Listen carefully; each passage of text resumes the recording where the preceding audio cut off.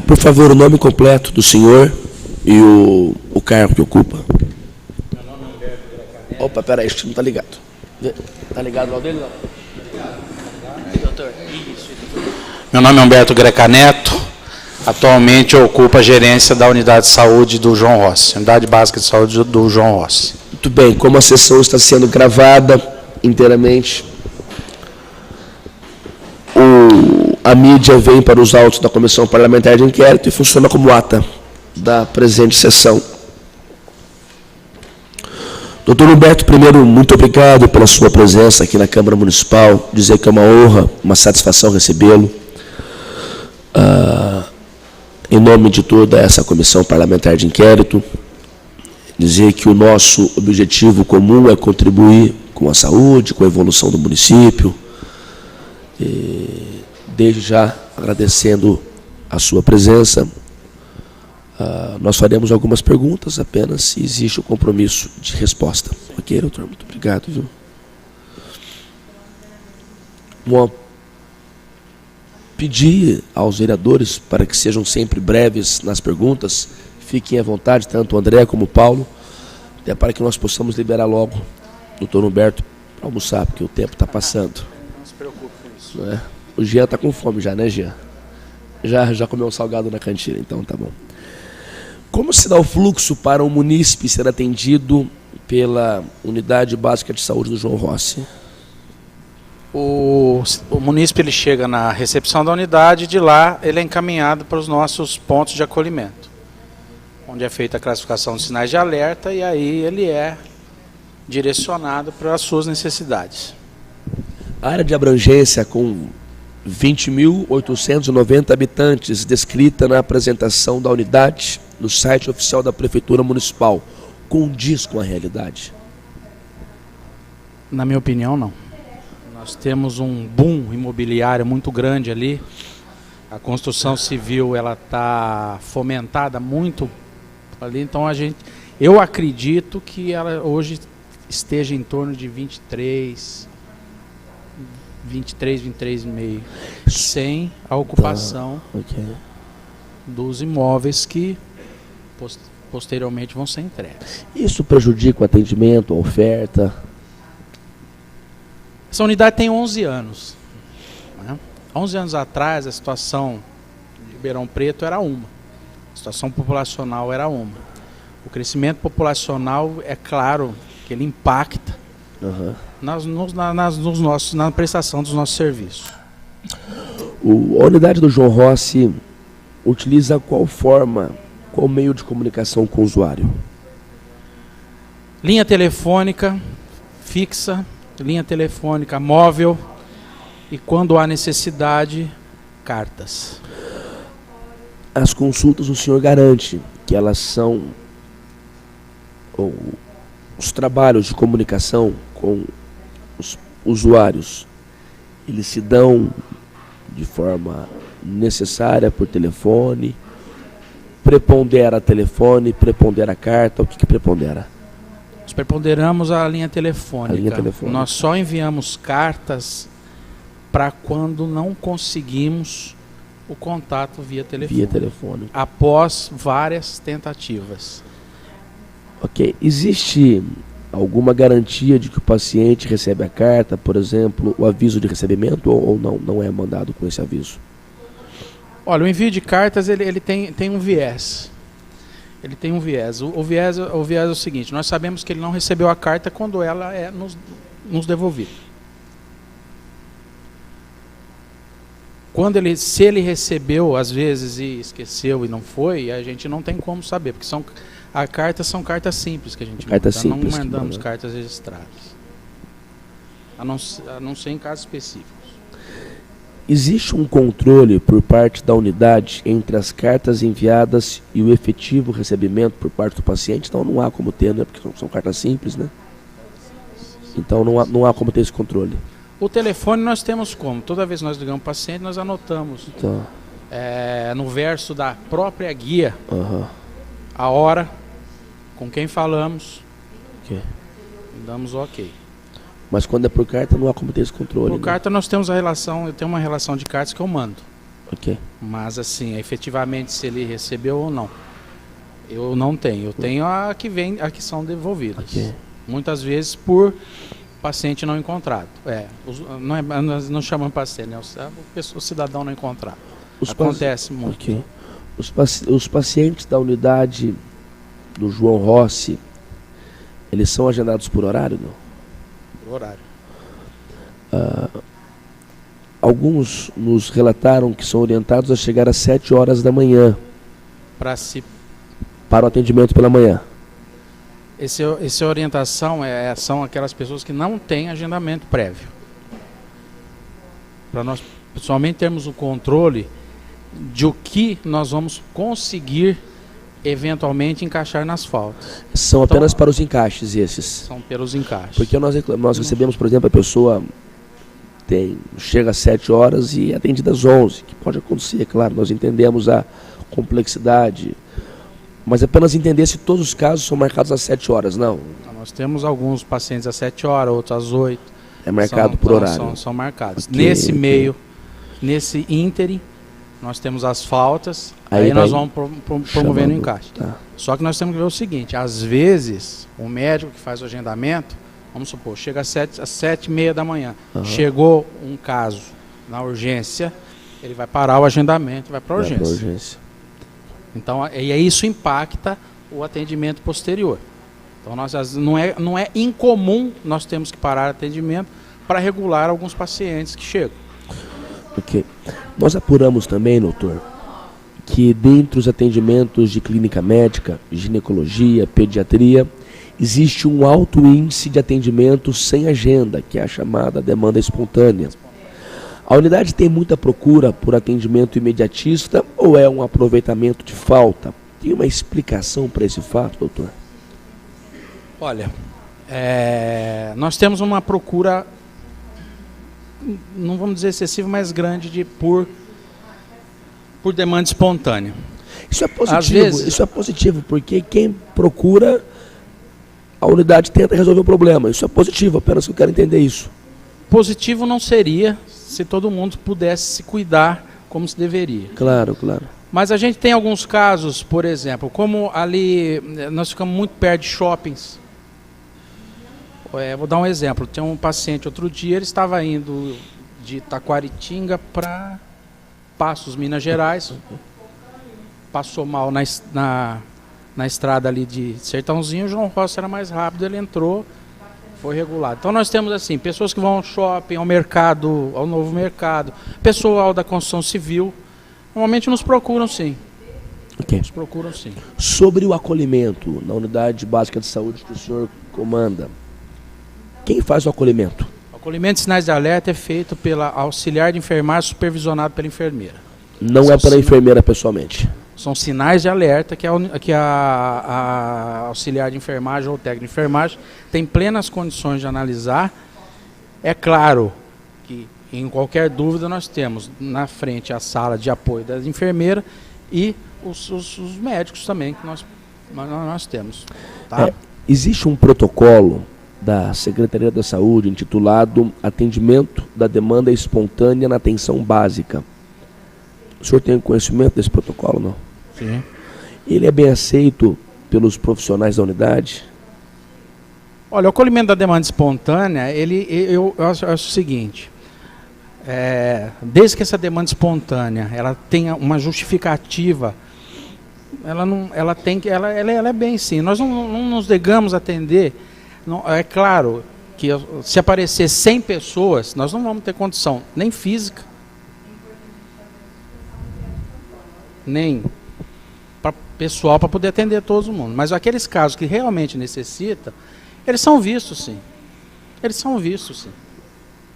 Nós não nem podemos, numa pessoa, por exemplo, que está com dor precordial, mesmo que a demanda já esteja excessiva, deixar de atender. Uma cólica renal, por exemplo, uma dor abdominal aguda, um broncoespasmo, mesmo que a demanda esteja excessiva, nós temos que atender. Não há. Aí a questão já é uma questão que envolve a conduta de todos nós. Nós estamos ali para isso. Entendo. E o acolhimento ele veio também para dar um norte, não é um norte, mas para nos dar mais capacidade de poder acolher e resolver. Ok. A agenda da unidade tem demanda reprimida? A demanda reprimida, assim, as agendas estão disponibilizadas, né? Se o senhor me perguntar para onde estão as agendas, tem algumas, mas, por exemplo, pediatria eu tenho vaga rápido. Clínica médica, minhas agendas em virtude de muitas de afastamentos, algumas aposentadorias que já estão sendo sanadas, estão para outubro. Ginecologia eu tenho vaga de caso novo para outubro, novembro. Só que todas as pessoas que não procuram, que tenham seus casos, as especificidades, elas são encaixadas. Eu não posso deixar, por exemplo, uma pessoa que veio de um serviço fora, porque isso acontece também, fez uma mamografia num lugar, às vezes fazem num lugar e levam para a gente com alteração e deixar para a vaga para depois. Elas são acolhidas e são atendidas. É a rotina. Qual é a área que tem mais demora para agendamento? O senhor disse agora, alguns casos para outubro. Qual que é o maior problema? Caso novo de ginecologia. Oi? Caso novo de ginecologia. Caso novo de ginecologia. Caso novo. É uma mulher que vai passar pela primeira vez na consulta. Caso novo de ginecologia. Qual a demora? Em média? A agenda hoje está para novembro. Está para novembro. A de outubro terminou agora.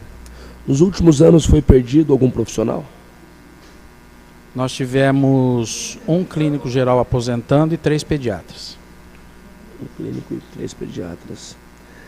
Foi solicitada a reposição para a Secretaria da Saúde? Sim, nós tivemos uma reposição de uma médica pediatra que já está atuando. Nós temos a designação de uma pediatra para o período da manhã e a designação de um clínico geral para a vaga aberta no período da tarde, que só ainda não assumiram porque precisam ser repostos nos seus locais de origem. Tá. Sobre estes casos em que não houve reposição ainda, o senhor já pediu à secretaria reposição? Já? Sim, Claro. Por claro. Documentos, não? Sim, e-mails. E-mails? E-mails e pessoalmente. O senhor poderia encaminhar a comissão esses documentos pedindo, não? Sim. Então nós aguardamos. Muito obrigado, viu? Tem alguma secretária do senhor aqui, não? Para poder anotar isso, só para não esquecer? Ou o senhor se lembra depois? O senhor se lembra, claro. Eu me lembro. Já foi anotado, obrigado, viu? Obrigado. Vereador Paulo Modas. Doutor Humberto, em relação aos médicos clínicos geral, tem uma informação, não sei se procede essa informação, queria saber do senhor, que apenas um médico, o doutor Otávio, tem agenda para consulta, mas só no mês de setembro. O senhor não acha muito distante essa... Olha, vamos nos situar a questão. A Unidade de Saúde João Rossi, há 3 anos atrás, quando eu assumi, era uma unidade em que se tinha vagas sobrando pela própria condição da muita gente ali no entorno tem convênio médico. Então, eu tinha muita falta também. Por quê? Porque era fácil de marcar. Se o senhor não fosse hoje na clínica médica, com certeza 2 dias depois o senhor estava de novo. Então faltava, porque tinha falta de marcar. Em 3 anos, as pessoas que perderam seus convênios de saúde e migraram da assistência privada para assistência pública,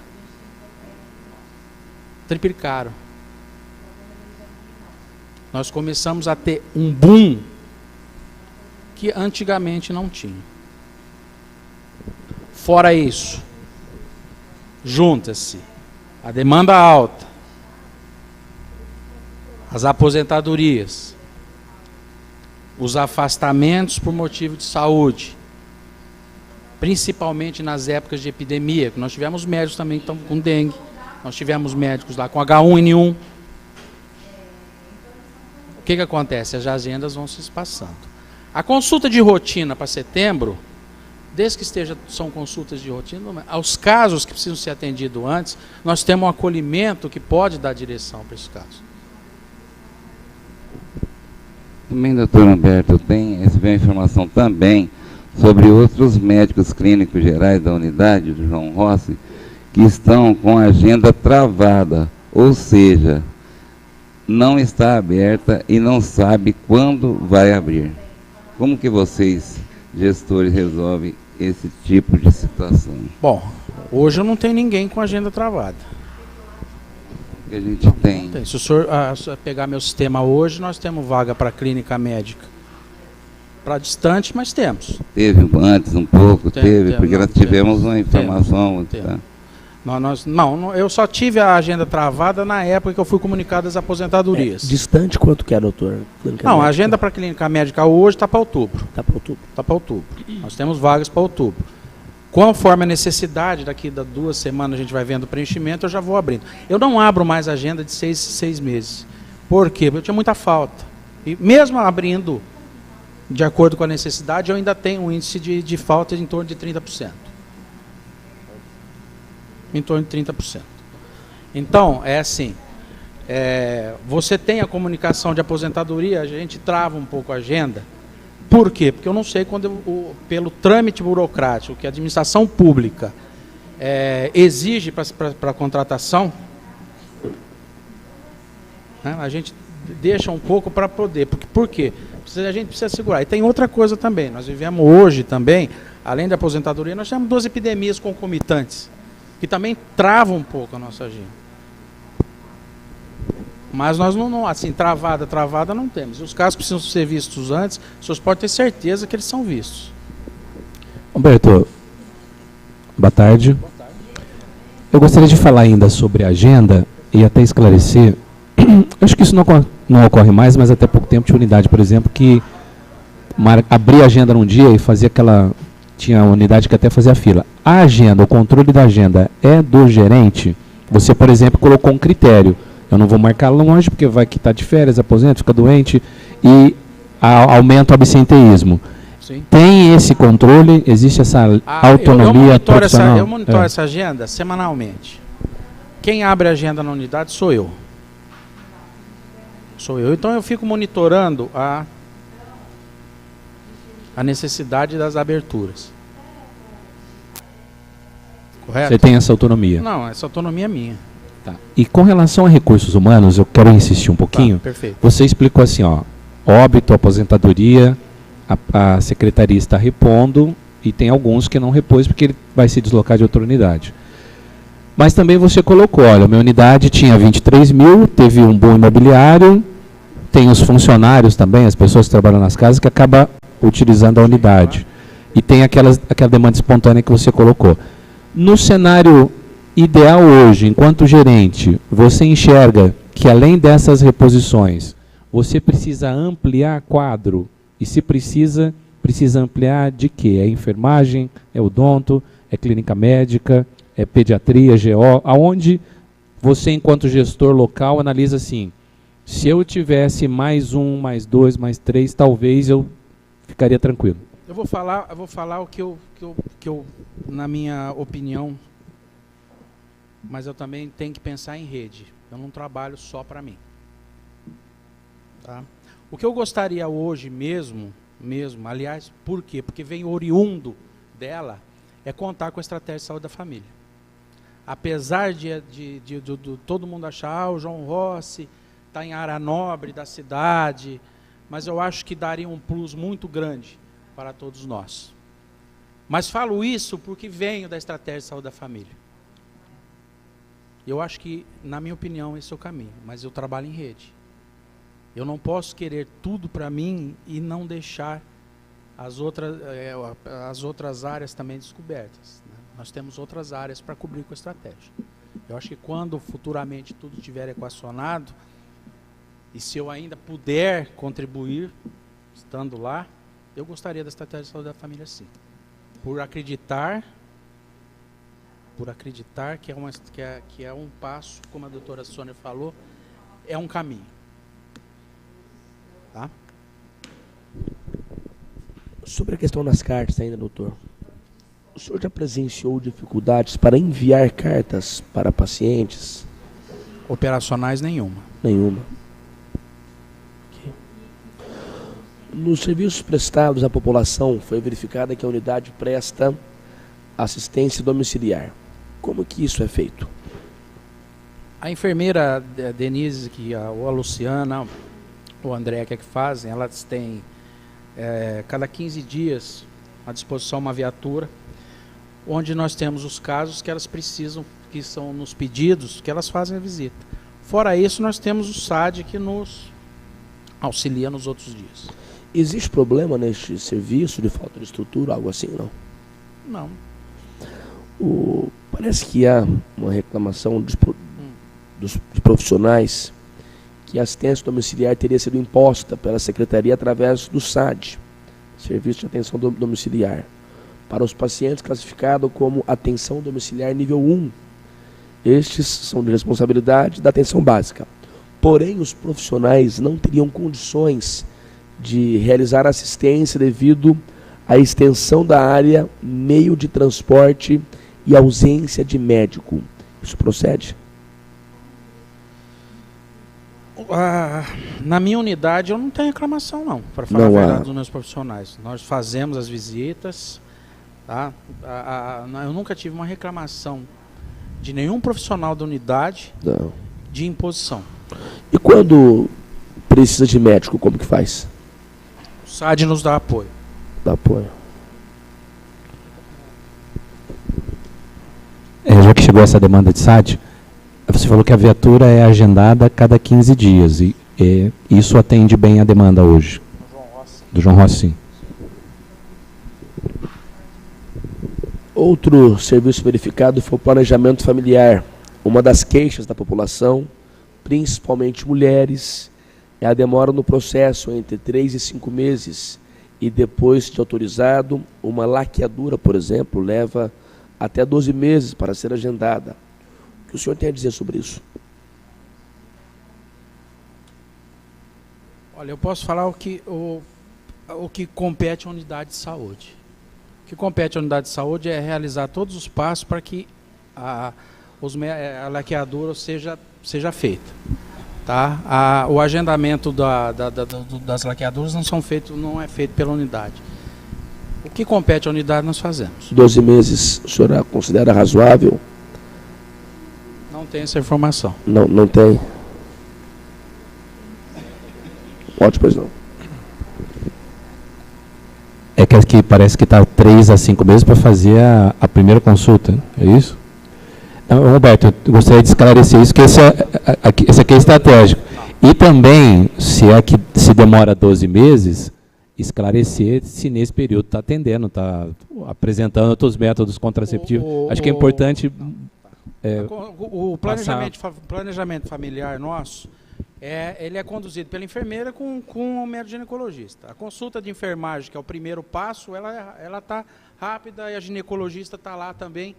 Então não demora tudo isso. Tá? Até conseguir a laqueadura ou a vasectomia, é claro que elas são bem orientadas sobre os métodos conceptivos que precisam usar. Isso é uma condição sine qua non do serviço. Um documento do DACA que diz que é um mês a demora do agendamento dos procedimentos. Agora parece que há uma demora maior. O senhor tem conhecimento disso, não? Dos procedimentos de laqueadura e vasectomia, é isso? Isso. Não tem. O senhor não tem conhecimento? Não tem, porque eu estou... mais ou menos isso saiu agora, mas não, eu não tenho. Não tem. Mas é de sua responsabilidade essas informações ou não? Não. Não é de sua responsabilidade. Eu sou comunicado, às vezes, quando pergunto, mas não é... O agendamento não é da minha responsabilidade, não. Claro.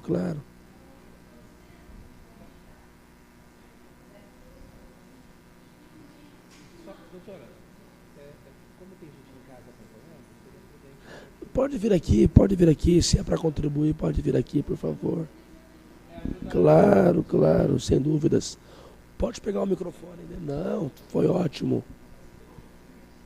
Só se identifica seu nome, tá? Meu nome é Daniela, eu sou gerente da UBS do Campos Elíseos. Gerente da UBS dos Campos Elíseos, tá?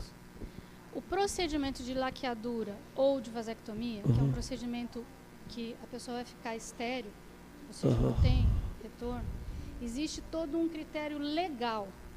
Existe um tempo mínimo, desde a primeira consulta com a enfermeira até a autorização da laqueadura. Esse tempo mínimo tem que ser de 6 meses. Ela passa por vários atendimentos multiprofissionais. Psicológicos, inclusive. Inclusive. Então, esse tempo, ele tem que ser feito. É obrigatório. Senão ela vai chegar lá para fazer o procedimento, ou o homem vai chegar lá para fazer o procedimento. Não preparado para isso. E eles não fazem. Agora, o que nós queremos saber é por que o DACA estabelece um mês de prazo, então, já que tem tudo isso. Não é o DACA que estabelece um mês. É que está o processo, na hora que inicia, tem que ter um período. Então, se chega a solicitação de laqueadura, ainda não deu o período de 6 meses, ele vai esperar dar esse período. Entenderam? Eu não sei se vocês estão entendendo.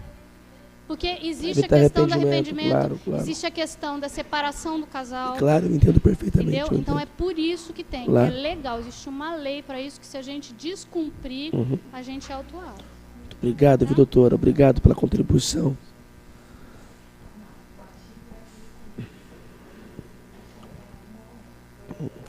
Quais as especialidades, doutor, solicitadas pelos profissionais médicos da UBS do João Rossi, que mais demoram para ser agendadas? Hoje eu tenho alguns controles, né? Quando eu envio o guia, eu tenho no meu computador a data que eu enviei e a data que chega. Hoje, com certeza, dermatologia. Qual é o prazo? O senhor sabe, não? Tenho que ver lá, eu posso até depois... Em média, mais ou menos, em média, como estipular? Não, o último caso de agendamento que eu agendei, acho que demorou 6, 7 meses. 6, 7 meses. Uma rotina normal. Tá. Além da dermatologia, mais outras que tem também uma demora para agendamento, o senhor poderia citar algumas, não? Proctologia, pelo próprio... acho que já foi esclarecido. Falta de profissionais. E diante dessa situação, qual é a conduta que o senhor tem tomado? O que acontece é o seguinte, às vezes o paciente ele procura, isso aí é para todas as especialidades, né? Teve piora do caso, procura unidade, a gente vê, relata para o DACA, para o complexo regulador, a mudança do caso e solicita prioridade no agendamento. O tempo de resposta do DACA para o senhor, tem alguma reclamação? Quase imediato. É imediato? Eu mando via e-mail os casos mais graves. Não digo mais graves, mas que tem uma tensão menor. Eu telefono e na maioria dos casos eu desço e converso pessoalmente com os médicos do complexo. Quais os problemas que o senhor poderia citar de gestão, não apenas de sua responsabilidade, ou que o senhor observa enquanto profissional, que poderiam ser aprimorados para que o atendimento seja mais bem feito ou mais bem realizado? Gestão é uma coisa complexa. Gestão em saúde é mais complexa ainda. Por quê? Ela depende de 3 entes federativos para se concretizar: federal, estadual, municipal. Além disso, ela envolve política de recurso humano, as políticas públicas de saúde e a corresponsabilidade de todos os cidadãos, inclusive dos próprios pacientes. O que se tentam fazer, as melhores que se tentam fazer, justamente o SUS nos permite, que são as conferências municipais, as comissões locais de saúde, que nos ajudam, às vezes, a pontuar ou a visualizar algumas coisas que nós, talvez, no correria dia a dia, não vemos. Subfinanciamento, como a doutora Sônia falou, é um dos grandes nós que nós encontramos. Na minha opinião, 15% do limite constitucional, com as exigências que nós temos hoje, nenhum município, na minha opinião, toca saúde com facilidade. Ribeirão coloca mais de 25%, né? Não, eu estou falando do mínimo constitucional. Para Ribeirão Preto, o problema seria recurso financeiro, o senhor acredita? Ou gestão? Qual seria o problema? Não se faz gestão sem recurso financeiro. Uma boa gestão sem recurso financeiro. Faltam recursos, o senhor afirma. A saúde está subfinanciada, na minha opinião. Não só aqui, como no Brasil inteiro. Bom, sobre a questão do tempo de espera para consultas de especialidades, qual a sua percepção em relação a este problema enfrentado e quais medidas poderiam auxiliar na solução disso?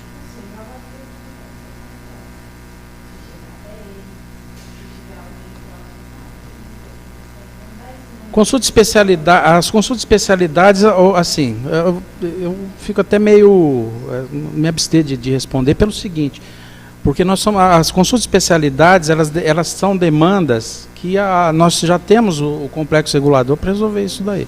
A doutora Sônia já foi muito feliz no que ela disse hoje. O que compete à unidade de saúde fazer para que o paciente tenha a chegar à especialidade é o que a gente hoje, como unidade de base, nós podemos fazer. Agora, o tempo de espera depende de oferta de serviço, depende da gravidade do caso, depende de N fatores. Não sei se foi claro, mas... Dentro da sua competência, o que pode ser feito, ou de gerente do posto de unidade de saúde? Para diminuir fila de espera? Não, o que pode ser feito para minimizar, dentro da sua percepção, da sua atuação, o senhor acha que nada pode ser feito? A gente procura, dentro da atenção básica, referenciar aquilo que precisa ser referenciado. O que dá para ser feito na atenção básica, a gente faz. O que foge da atenção básica, fatalmente vai ter que ser referenciado. E no caso dele já ter referenciado e demorar o agendamento, ou botar numa fila de espera, e o caso dele, nesse meio interno, ele tiver uma piora, nós estamos lá para colher, verificar e solicitar junto ao complexo regulador a prioridade no agendamento, um agendamento mais rápido. Isso é o que nos compete. Muito bem. Sr. Humberto, quando a CPI nasceu, uma das justificativas era a demora na especialidade, nos agendamentos de especialidade. E na sessão anterior, um vereador, que não está aqui agora, fez um relato e citou que alguém teria indicado que o problema da especialidade é a resolutividade da atenção básica. O senhor está lá na ponta, né, nessa primeira da atenção básica. O que o senhor entende? Primeiro, se o senhor concorda com aquela afirmativa ali da sessão anterior, e segundo, o que o senhor precisaria, ou que o time da atenção básica precisaria para conseguir fazer essa redução, então, que quem está lá no outro lado do cordão está alegando? A resolutividade da atenção básica, ela passa por grandes fatores, né? Por exemplo, eu trabalho com meus médicos lá, eu acho que eles são bem resolutivos em algumas coisas, só encaminham realmente, na maioria das vezes, aquilo que precisa ser encaminhado. Tá? É claro que quando uma situação foge sob controle, se referencia.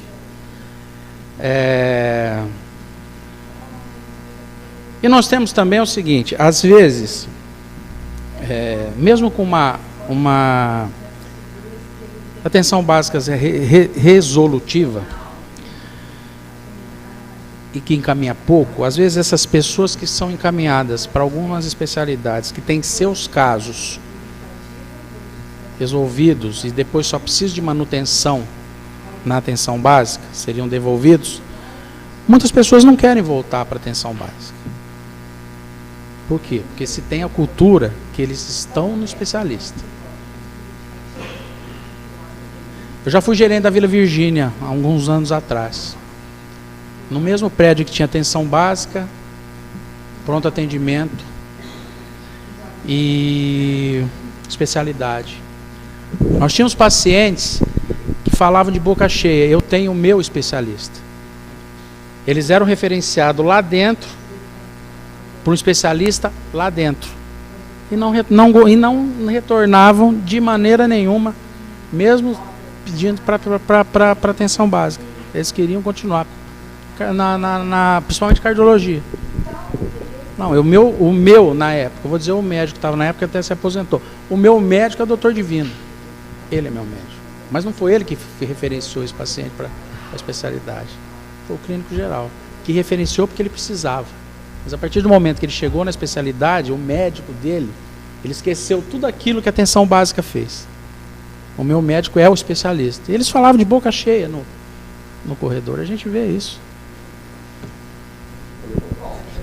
Humberto, em relação à assistência farmacêutica, eu tenho a informação de que a situação ainda não foi regularizada, pois faltam medicamentos, ácido fólico para gestante e alguns antibióticos. O senhor tem a dizer? O Romano está aqui da divisão farmacêutica, pode responder essa pergunta pela gente. Por favor, Romano. Pode vir aqui, por favor.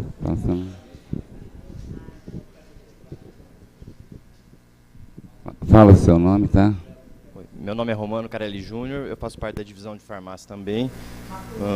No caso do ácido fólico, tivemos um problema temporário de aquisição de medicação, mas ela foi entregue ontem na divisão de farmácia e hoje já está distribuída para todas as unidades. Hoje está distribuída em todas as unidades de saúde. Então, diante para hoje, a informação que eu tive foi de semana passada, diante para hoje, então está regularizado, tá? 100%. Tá bom, tá? Obrigado. Antibiótico também? Tem falta aí? Antibiótico. Antibiótico. Não tem nenhum caso específico de antibiótico que esteja em falta. Tivemos algum problema, mas é um problema nacional da falta de penicilina, mas Ribeirão Preto, graças a Deus, já está normalizado. A gente conseguiu contornar bem o problema. Penicilina hoje, que se consegue lá, se consegue, estão fazendo alguma coisa para pacientes que precisam? Alguns casos foram priorizados na época e isso conseguiu que a gente mantivesse os nossos estoques. E então Ribeirão Preto hoje está tranquilo em relação a isso. Tá bom. Vamos fazer alguma pergunta? Não, tá bom. Tá bom. O nome seu de novo é? Romano Carelli. Romano. Muito obrigado, Romano. Obrigado. Mais uma vez, perdoe pela minha voz falha, rouca, esse tempo terrível. Acho que eu vou passar lá na unidade básica de saúde João Rossi, viu, pá? Pra ver se tomo um remédio lá. Muito bem. Hidrate-se bem. Hidrate-se bem, né, doutor? É isso aí, estou tentando me hidratar. O senhor disse muito bem, hidrate-se bem. Não vai em unidade sem precisar, não. Toma água em casa, é isso aí, tá certo. Tá certo, né? Porque é um problema também do brasileiro buscar problema onde não tem. Também isso acontece. Não sei se estou certo ou errado, mas uma percepção de quem é leigo. Tem muita gente que pega doença em unidade. Tem não, doutor? Hein? O cara vai numa boa, chega lá, pega um H1N1. Nós temos muita gente hoje que frequenta unidade para ter companhia. Né? Isso tem, né? Isso tem mesmo. Para ter companhia. Eu estava na Santa Casa uma vez. Só um momento, desculpe. Claro, pois não. Para ter com quem conversar. Para conversar, isso tem mesmo. Para olhar movimento. É isso. Porque às vezes moram sozinhos. E o pior é aquele que mora acompanhado, mas está só. É isso. Estava uma vez na Santa Casa, que eu estava com pneumonia. Eu estava aguardando atendimento na Santa Casa, que aliás demorou 4 horas para me atender. Eu com pneumonia lá, rapaz, doendo. Chegou uma mãe próximo de mim, falou, olha, Ricardo Silva, tal. Eu falei, tal, tô aqui esperando o médico. Mas para que é? Pro meu filho. Criancinha correndo, brincando, mas por quê? Não, porque deu um estado febril. Mas tá boa, eu não sou médico, nada. Fui lá, mas... O que você tá fazendo aqui em Santa Casa? Eu tô com pneumonia, vai pegar na sua criança, então, isso tem, né? A pessoa leva, sem precisar. A unidade de saúde hoje, para muita gente, é um centro de convivência. Né? É isso. Principalmente para as pessoas que moram sozinhas. Lá ela vai, ela senta, ela conversa. Sim.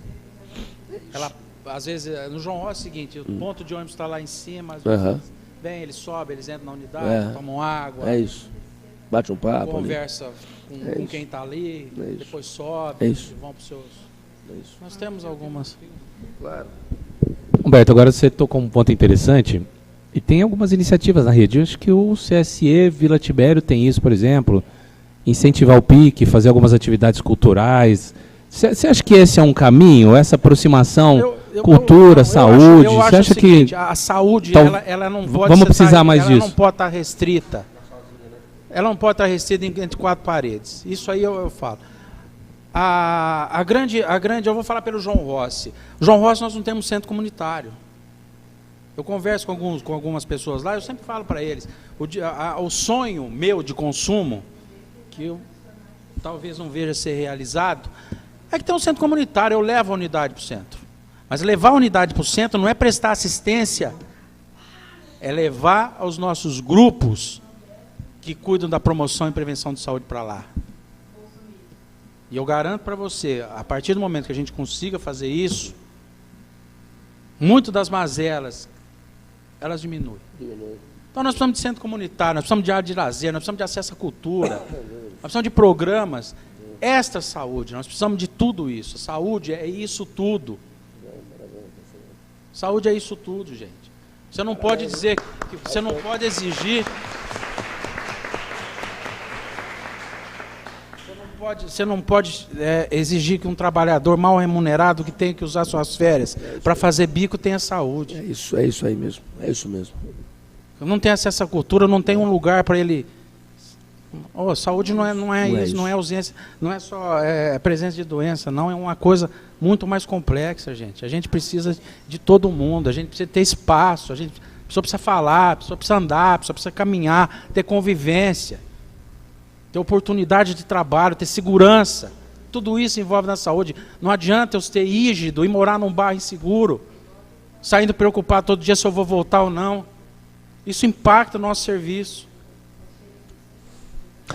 Doutor Humberto Greca Neto, se alguém tinha alguma dúvida da utilidade dessa comissão parlamentar de inquérito, com o seu depoimento não há mais dúvidas, porque é importantíssimo registrar isso. É importantíssimo. Profissional do gabarito do senhor, tem experiência, tem convivência, registrar numa ata oficial de uma comissão parlamentar de inquérito, numa Câmara Municipal, que tem a sua corresponsabilidade pela cidade. Essa Câmara aqui tem responsabilidade por tudo que acontece também. Então é importante, muito importante, que depoimentos assim fiquem registrados e sejam utilizados por quem é direito, porque saúde é isso tudo mesmo, acho que é o conceito mais moderno e humano que nós temos que ter. Então, doutor Humberto Greca Neto, mais uma vez, muito obrigado pela contribuição. Muito obrigado, viu? Eu agradeço. Muito obrigado. À disposição. A todos, muito obrigado. Está encerrada a presente sessão.